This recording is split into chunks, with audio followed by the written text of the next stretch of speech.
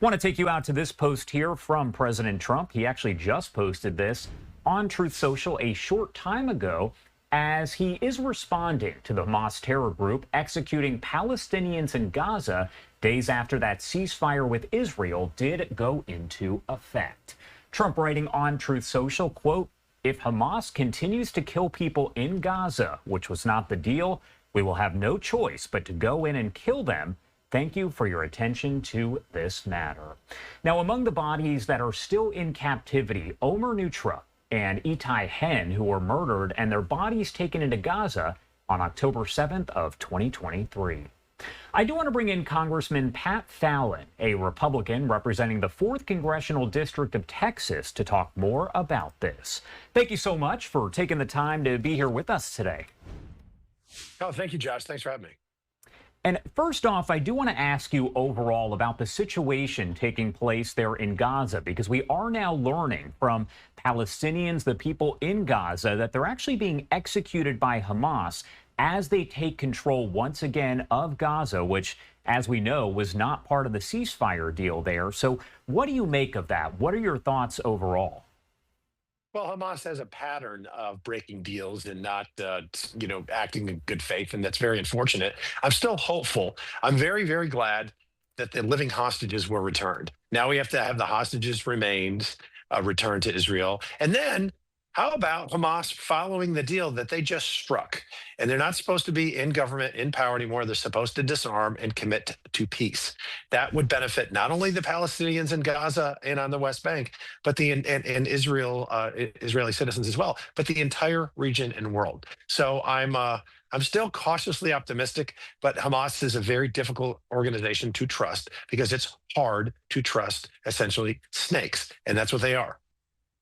And I want to pop up this statement once again that we said, came in from President Trump there. It's an ultimatum to Hamas saying, if Hamas continues to kill people in Gaza, which was not the deal, we will have no choice but to go in and kill them. Thank you for your attention to this matter. So on that subject, once again, on that topic, what do you make of his threat?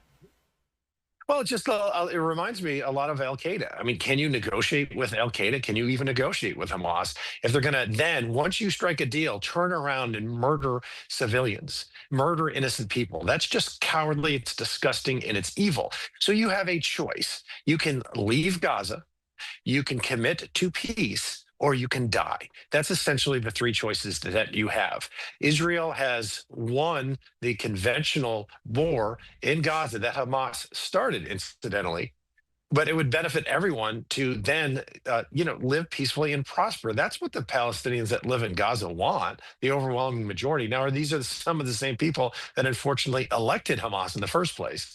And Hamas proved over these nearly 2 decades that they couldn't keep the water flowing and they couldn't keep the lights on. They had to have Israel's help on that. So, moving forward, they have a choice. The president's made it very clear. He negotiates peace through strength and with, deterrence. So they have their choices, and we'll see what they make. And I want to pop this up on your screen as well, because we did mention that Hamas is saying that it can't locate the remains of 19 of the hostages, despite saying that it would return all of the bodies as part of that peace plan. I mentioned here that there are still 2 American Israeli citizens who are in the custody. Their bodies, they are still in captivity, Omer Nutra and Itai Hen. So are there concerns? Does this raise concerns about Hamas actually fully honoring this agreement that's been put into place? Yeah, absolutely. They could be truthful in that regard, but it's hard to tell. That's troubling. What's even more troubling is them continuing to kill. We want to preserve life. We want to go down a path toward prosperity and promise. And it's very difficult with Hamas. But you know what? At the end of the day, Josh, your actions speak a hell of a lot, louder than your words. And that goes goes for individuals as far as organizations and nation states. I also want to ask you about the comments we've seen. Several countries have said that they want to nominate President Trump for a Nobel Peace Prize. We know Netanyahu did repeat that. He said it while he was at the Knesset earlier on this week with President Trump. House Speaker Mike Johnson has said that he wants to help with that. So in your opinion, in your expertise there, why would you say that President Trump does deserve a Nobel Peace Prize? I would echo the statements of Mike Johnson, and I'll tell you why. Because for decades now, we have truly wanted to, as we keep saying this, we're coming back and circling around to peace in the Middle East. It's something that we really didn't think we might ever see in our lifetime. I never thought I would see a NATO Finland or a NATO Sweden, but nobody unites NATO quite like Vladimir Putin. And this is unprecedented. This is very bold. President Trump was successful in his first term at moving towards reconciliation and peace in the region. And now this is an historic deal. Again, if it holds, because this is at the end of the day what this is about. If there is truly peace, tranquility, promise, and economic cooperation in Gaza and the West Bank, Palestinians may achieve their goal of statehood, which would, but you have to earn that. And Israel is not going to allow a nation state directly on their border that is committed to their own destruction. That's never going to happen. And I agree with that stance. So you've got to, if you want to make an agreement, you got to meet the Israelis halfway.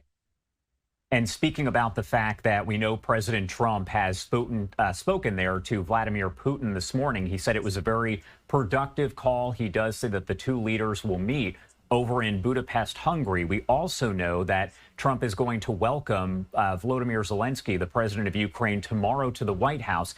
Is this an indication, what we've seen with that Gaza deal, that we could potentially see an end to the war in Ukraine that's been going on here for more than 3 years? Josh, I hope so. And I really thought when Putin met President Trump in Alaska that was going to be a breakthrough. It proved not to be, because Vladimir Putin wasn't negotiating in good faith. And President Trump was giving him an off-ramp. Let's be very clear as to what's been happening in Ukraine for the last 3 years. The Russians have lost 10,000 tanks, 20,000 armored vehicles. They've suffered over 1 million casualties, dead and wounded. Their economy is in a shambles, and their projection of their potential of projecting military power has been decimated. So here's an off-ramp to say, let's have peace.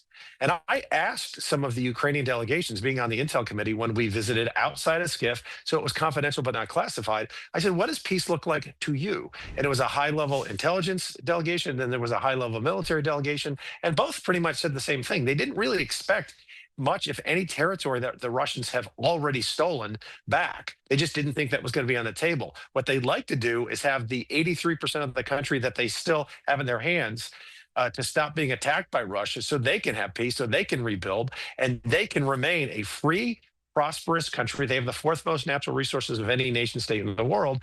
And all Putin did was move them solidly in the Western camp moving forward. All right, Congressman, thank you so much for taking the time to join us here and discuss all of this. Anything we missed, anything you want to make sure to add here before I let you go?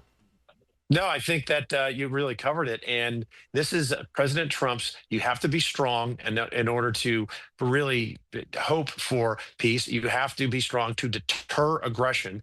He learned that from President Reagan. President Reagan was a transformative leader, and so is President Trump.